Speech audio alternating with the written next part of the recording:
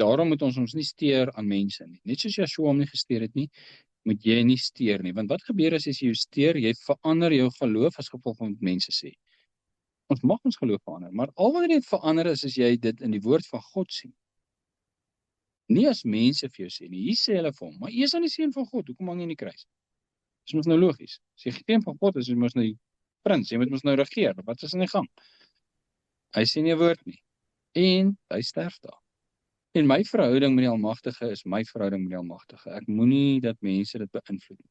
Daardeur sê ek nie, ons moenie met mekaar praat, en mekaar leer, en mekaar vermaan, en wat ook al nie. Maar my geloof is waarvan ek oortuig is. My geloof is nie waarvan iemand anders ter oortuig is nie. Dis nie geloof nie. Ek het God lief, soos my buurman hom lief het. Ek kan nie. Ek glo in God soos my buurman aan hom glo. Dan maak dit vir ons sin. Ja, ek glo alles wat my buurman glo, so ek glo soos my buurman. Net soos wat jy nie jou geloof deur iemand anders kan kry en doen nie, kan jy nie jou liefde tot Vader doen nie. En net soos jy nie jou liefde deur die ander mense kan doen, dis 'n verhouding, is die geloof presies dieselfde. My geloof is in hom. My geloof is nie in ander mense se kennis en staan en verduidelik.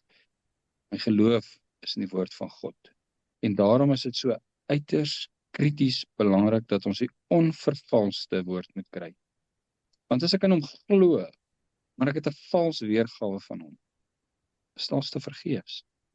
Ek moet in hom glo vir wie hy is, en dit beteken ek moet by die waarheid uitkom.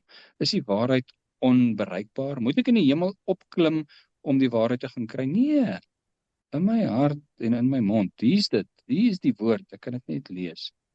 En moenie toelaat dat iemand dit vir jou verander nie. Toe hy gedoop was, daar stem uit die hemel uitgekom, wat sê, dit is my geliefde seun in wie ek wel behaag het.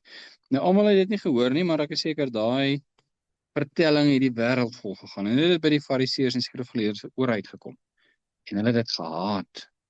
En hier is hulle kans vir revenge, wat is Afrikaans? Wraak. Hier is hulle kans vir wraak, want hulle loop met daai gedagte in hulle hart nog die heeltyd. Hoe kan hy so verwaand wees om te sê dat 'n stem uit die hemel gekom, om te sê God het in hom 'n welbehaag, en nie in ons nie. En is absolute rebellie. Die woorde wat hulle uiter is absolute vyandigheid, en hulle weerstaan dit wat hy sê, en dit wat hy is. En wat sê hulle? As dit dan nou so is, dat God in jou welbehaag het, dat hy jou nou red. As jy nie red nie, beteken dit daai storie wat van jou kom, van die stem en die doop en die duif, was nie waar nie. Bewys dat dit die waarheid is. En kom af. En is weer eens, hy sê niks, en hy doen niks, want hy kyk nie na die golwe nie, hy luister nie na die wind nie. Hy sy verkiesing vasgemaak, hy weet waarmee hy besig. Hy bemoei hom met die sake van die Almagtige en nie van die mense nie. En hy weet dat die Satan loop rond soos 'n brullende leeu. Nou ek praat asof hy 'n mens is soos ons, maar die ironie is, hy is. Wie tree vir ons in by die Vader vandag? Die mens, Yeshua. Hy is seun van die mens. En hy is seun van God. Hy is ten volle seun van die mens. En hy hoor hierdie goeters, en hy moet homself ook afsny vir dit. En hy is vir ons 'n voorbeeld, ons loop in sy voetspore. En jy sê sekere goed soos, my God voorsien in al my behoeftes na die rykdom van sy genade. Nou is jy in die moeilikheid. En wat sê hulle? Ja, as dit so is, dat jou God vir jou voorsien in al jou behoeftes, wat is aan die gang? Dit is nie maar wat hulle vir Job ook gesê het nie. En wat doen jy? My verhouding is nie met julle nie, my verhouding is met die Almagtige. God het gegee, en God het geneem, en ek is tevrede. Ek verstaan nie noodwendig wat aan die gang is nie, maar ek weet my lewe is in sy hand, ek is tevrede met dit. En ek weet wat is die uiteinde. Ons almal is op 'n weg, en daai weg gaan kronkels en draaie, en diep en hoog, en maar het almal een uitweg, een uitkoms, en dis die koninkryk van God.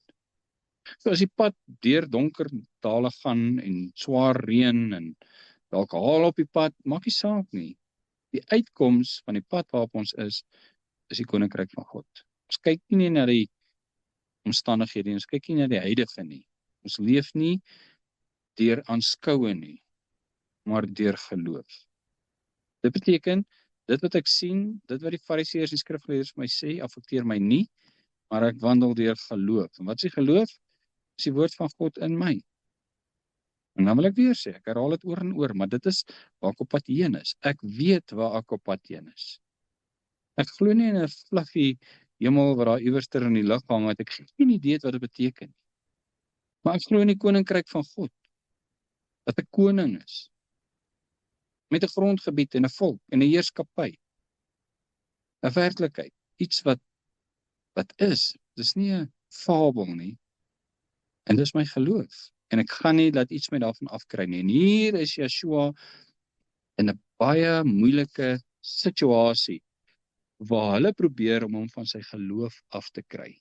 En hy is vir ons 'n voorbeeld en sê, behou die geloof. So, behou die geloof. Kyk weg, draai jou oor weg. Kyk na die woord. Vir ons, hou die oog gefestig op Yeshua. Kyk wat hy gedoen het. Doen dieselfde.